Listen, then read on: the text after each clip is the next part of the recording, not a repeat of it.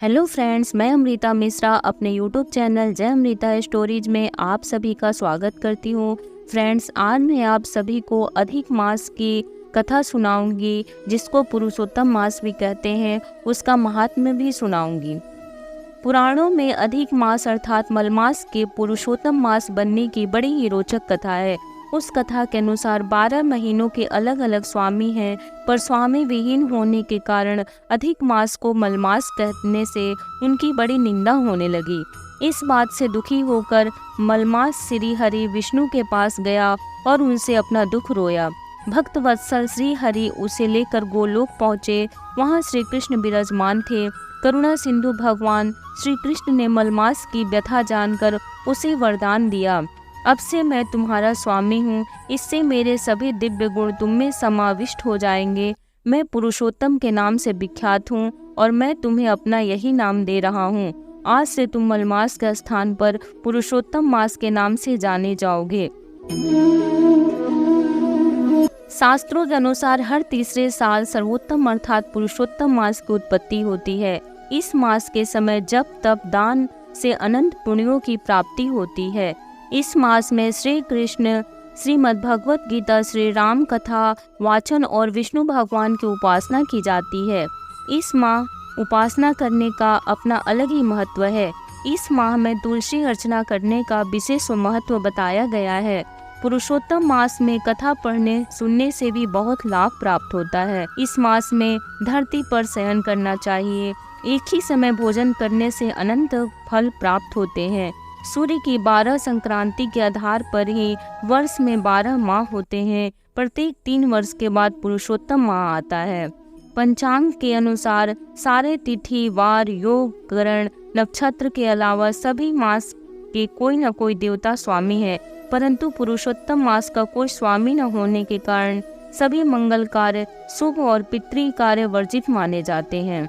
दान धर्म पूजन का महत्व शास्त्रों में बताया गया है। यह माह व्रत उपवास दान पूजा यज्ञ हवन और ध्यान करने से मनुष्य के सारे पाप कर्मों का क्षय होकर उन्हें कई गुना पुण्य फल की प्राप्ति होती है।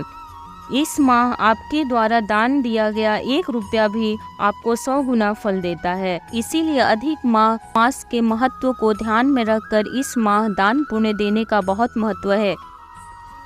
इस माह भागवत कथा श्री राम कथा श्रवण पर विशेष ध्यान दिया जाता है।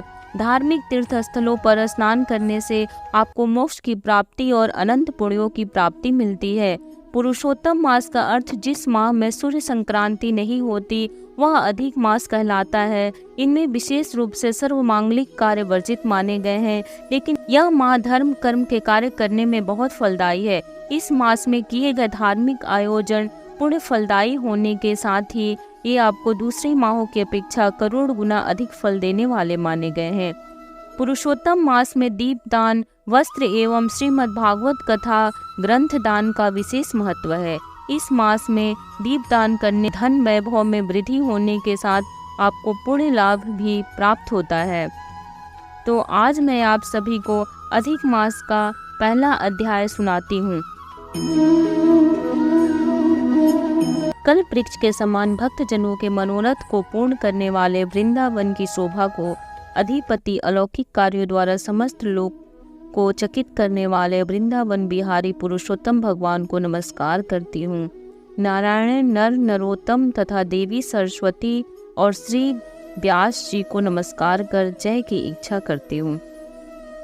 यज्ञ करने की इच्छा से परम पवित्र नैमिषारण्य में आगे कहे गए बहुत से मुनि आए, जैसे असित देवल पैल सुमंतो पिपलायन सुमति कश्यप जाबली ऋगु अंगीरा वामदेव सुतीक्ष्ण सरभंग पर्वत आप स्तंभ मांडव्य अगस्त्य कात्यायन रथीतर ऋभो कपिल रैम्भ गौतम मोदल कौशिक गावल क्रंतु अस्त्री बभ्रु चित शक्ति बधु बोधायन वशो कौंडिन्य पृथु हारित ध्रुम शंको संकृति शनि विभांड पंख वर्ग काणाद जन्मदग्नि भारद्वाज धूमक मौन भार्गव कर्कश सौनक तथा महातपस्वी सतानंद, विशाल वृद्ध विष्णु, जर्जर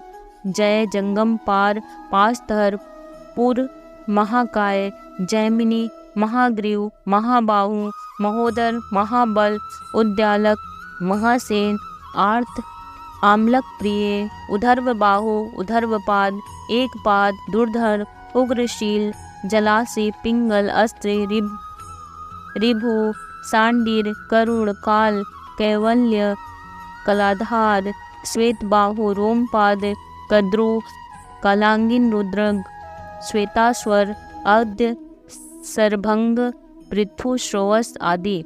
शिष्यों के सहित ये सब ऋषि अंगों के सहित वेदों को जानने वाले, ब्रह्मनिष्ठ, संसार की भलाई तथा परोपकार करने वाले, दूसरों के हित में सर्वदा तत्पर, स्रोत स्मार्थ कर्म करने वाले, नैमिसारण्य में आकर यज्ञ करने को तत्पर हुए। इधर तीर्थ यात्रा की इच्छा से सूत जी अपने आश्रम से निकले और पृथ्वी पर भ्रमण करते हुए उन्होंने नैमिसारण्य में आकर शिष्यों के सहित समस्त मुनियों को देखा। संसार समुद्र से पार करने वाले उन ऋषियों को नमस्कार करने के लिए पहले से जहाँ ये इकट्ठे थे वहीं प्रसन्नचित्त सूत जी भी जा पहुँचे।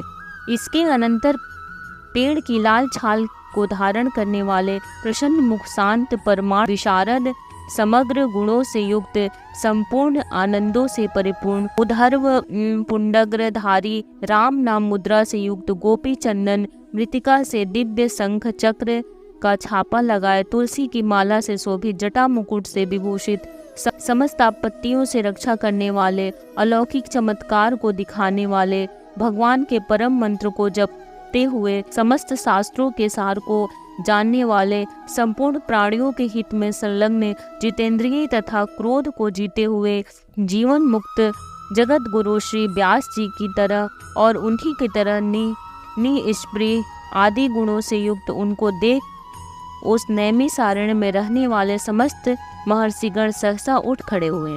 विविध प्रकार की विचित्र कथाओं को सुनने की इच्छा प्रकट करने लगे। तब नम्र स्वभाव सूत जी प्रसन्न होकर सब ऋषियों को हाथ जोड़कर बारंबार दंडवत प्रणाम करने लगे। ऋषि लोग बोले, हे सूत जी, आप चिरंजीवी तथा भगवत भक्त हो। हम लोगों ने आपके योग्य सुंदर आसन लगाया है। हे महाभाग, आप थके हैं, यहाँ बैठ जाइए। ऐसा सब ब्राह्मणों ने कहा। इस प्रकार बैठने के लिए कहकर जब सब तपस्वी और समस्त जनता बैठ गई, तब विनय पूर्वक तपोवृत समस्त मुनियों से बैठने की अनुमति लेकर प्रसन्न होकर आसन पर सूत जी बैठ गए। तदंतर सूत जी को सुखपूर्वक बैठे हुए और श्रम रहित देखकर पुण्य कथाओं को सुनने की इच्छा वाले समस्त ऋषि यह बोले, हे सूत जी महाभाग, आप भगवान हैं। भगवान व्यास के वचनों के हार्दिक अभिप्राय को गुरु की कृपा से आप जानते हैं। क्या आप सुखी तो हैं? आज बहुत दिनों के बाद कैसी इन वन में पधारे, आप प्रशंसा के पात्र हैं। हे व्यास शिष्य शिरोमणे, आप पूज्य हैं। इस असार संसार में सुनने योग्य हजारों विषय हैं, परंतु उनमें श्रेष्ठकर थोड़ा सा और सारभूत जो हो वह हम लोगों से कहिए। हे महाभाग, संसार समुद्र में डूबते हुए को पार लगाने वाला तथा शुभ फल देने वाला आपके मन में निश्चित विषय जो हो वही हम लोगों से कहिए। यह ज्ञान रूप अंधकार से अंधे हुए को ज्ञान रूप चक्षु देने वाले, भगवान के लीला रूपी रस से युक्त परमानंद का कारण, संसार रूपी रोग को दूर करने में रसायन के समान जो कथा का सार है वह शीघ्र ही कहिए।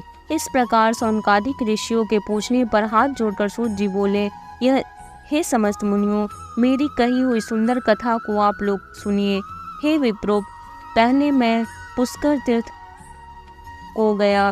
वहाँ स्नान करके पवित्र ऋषियों, देवताओं तथा पितरों को आदि से तृप्त करके तब समस्त प्रतिबंधों को दूर करने वाली यमुना के तट पर गया। फिर क्रम से अन्य तीर्थों में जाकर गंगा तट पर गया।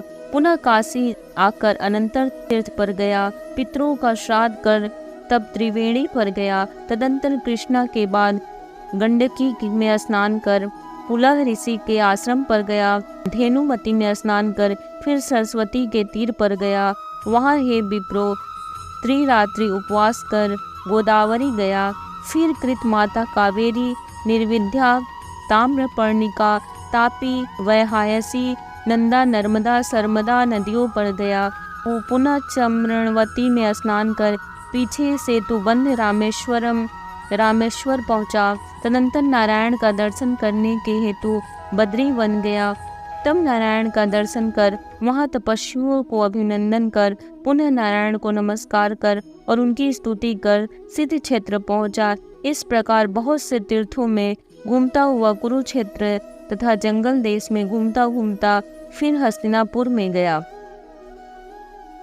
हे द्विजो, यहाँ यह सुना कि राजा परीक्षित राज्य को त्याग बहुत ऋषियों के साथ परम पुण्यप्रद गंगा तीर गए थे और उस गंगा तट बहुत से सिद्धि है। भूषण जिनका ऐसे योगी लोग और देवर्षि वहाँ पर आए थे। उनमें कोई निराहार, कोई वायु भक्षण कर, कोई जल पीकर, कोई पत्ते खाकर, कोई श्वास की हो आहार पर, कोई फलाहार कर और कोई फेन का आहार कर रहे थे। हे द्विजो, उस समाज में कुछ पूछने की इच्छा से हम भी गए। वहाँ ब्रह्मा स्वरूप भगवान महामुनि व्यास के पुत्र, बड़े तेज वाले, बड़े प्रतापी श्री कृष्ण के चरण कमलों को मन में धारण किए हुए श्री शुकदेव जी आए।